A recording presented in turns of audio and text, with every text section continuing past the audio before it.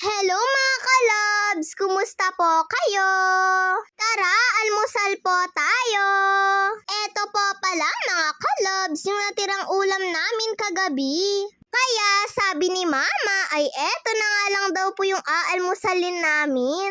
At pinainit na nga din po pala ni Mama yung spaghetti dahil gusto nga din daw po ni Papa na almusalin yun. Pati na rin ng mga pinsan ko. Nauna na nga din po pala akong kumain sa kanila kuya at papa. Pagbangon nga po ni Papa, eto nga at hinahag niya pa nga po ako.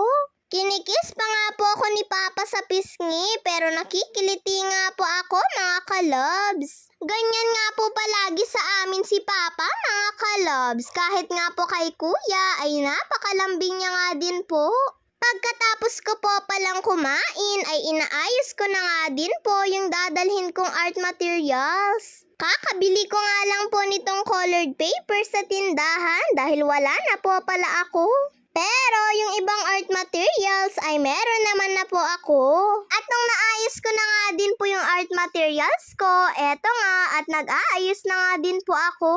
Syempre, dapat hindi nga po natin kalimutan na magpulbo. Na parami pa nga po ata yung lagay ko mga kalabs. Sinusuot ko na nga din po pala itong sapatos ko na regalo sa akin ni tita.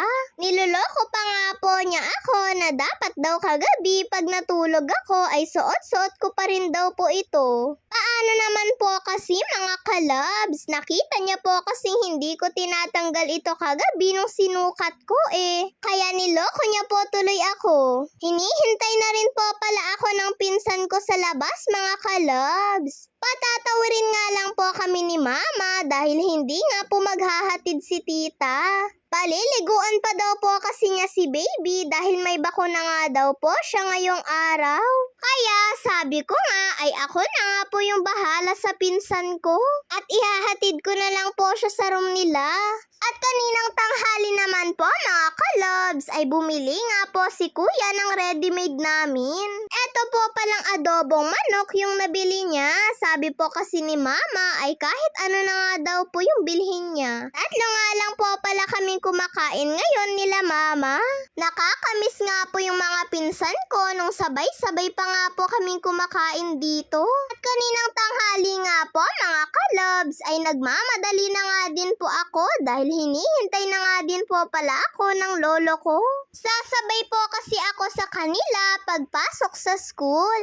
At pag uwi ko naman nga po kaninang hapon, sabi ko kay Mama ay bibili nga po ako ng ice cream. Sugar cone po pala itong pinili ko at parang may matcha pa nga po siya mga kalabs. Bagong bukas nga po sila dito lang po sa may tabi ng bahay namin. Tapos sabi nga po ni Mama ay magluluto na nga din daw po siya ng ulam para daw po maaga kaming makakain mamayang gabi. 2 basong monggo po pala yung lulutuin ni Mama.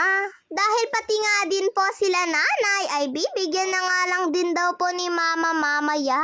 Eto po palang upo yung isasahog ni Mama sa monggo. Habang naghahanda nga po kami ni Mama ng mga lulutuin ay bigla naman pong nagtawag si Lola. Nagtitinda nga po siya ng saging at tinatanong niya nga po si Mama kung bibili ba daw siya. O syempre naman po mga kalabs, bibili po si Mama dahil masarap po itong pangmerienda. Pagpasok ko nga po, sabi ni Mama ay ilagay ko na nga din daw po ito sa kasirola para malaga na. Para daw po sakto pag uwi ni Papa ay may merienda siya. Dahil sigurado nga po ay maghahanap nga po si Papa ng pangmerienda niya pag uwi. Pagkalagay ko nga po lahat ng saging sa kasirola ay naglagay na nga din po ako ng konting tubig. Konting tubig lang naman daw po yung kailangan nito, sabi ni Mama. At ayan, isinalang ko na nga din po para maluto na. Pagkabenta nga po ni Lola ng saging niya ay bumalik nga po siya dito sa amin. Kukunin niya na nga daw po kasi yung aso niya, humingi po kasi siya kay Mama mga kalabs. Eto nga pong tiger yung binigay ni Nanay dahil babae nga daw po yung gusto niya.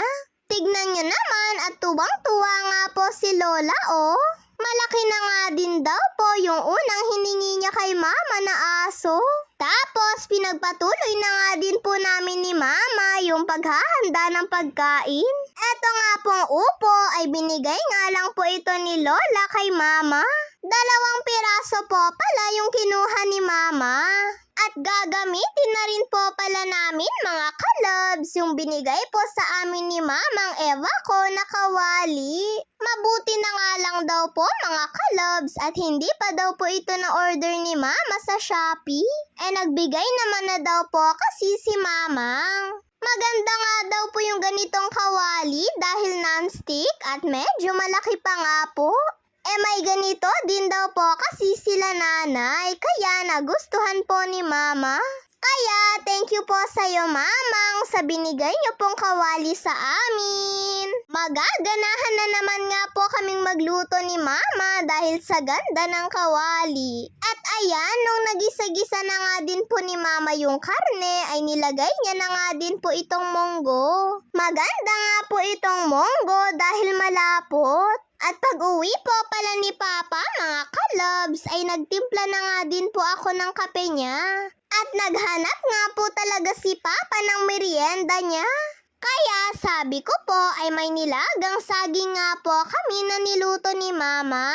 Natuwa nga po si Papa dahil gusto niya nga din daw po etong nilagang saging. At nung pinaghanda ko na nga po si Papa, ayan at nagmimerienda na nga din po siya.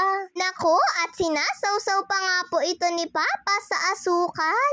At nung natimpla na nga din po ni Mama yung monggo, mga kalabs, ay nilagay niya na nga din po yung upo. Hindi na nga po naglagay si Mama ng tubig sa monggo dahil magtutubig naman daw po itong upo. Naku, at halos na puno na nga po itong kawali. Mabuti na lang at nagkasya. Ayan mga kalabs, luto na nga din po itong ulam namin. O tara mga kalabs, tikman na po natin yung niluto ni Mama na monggo. Yun lang po mga kalabs, maraming salamat po sa panonood ninyo. Mag-iingat po kayo palagi. God bless to all. Bye-bye po.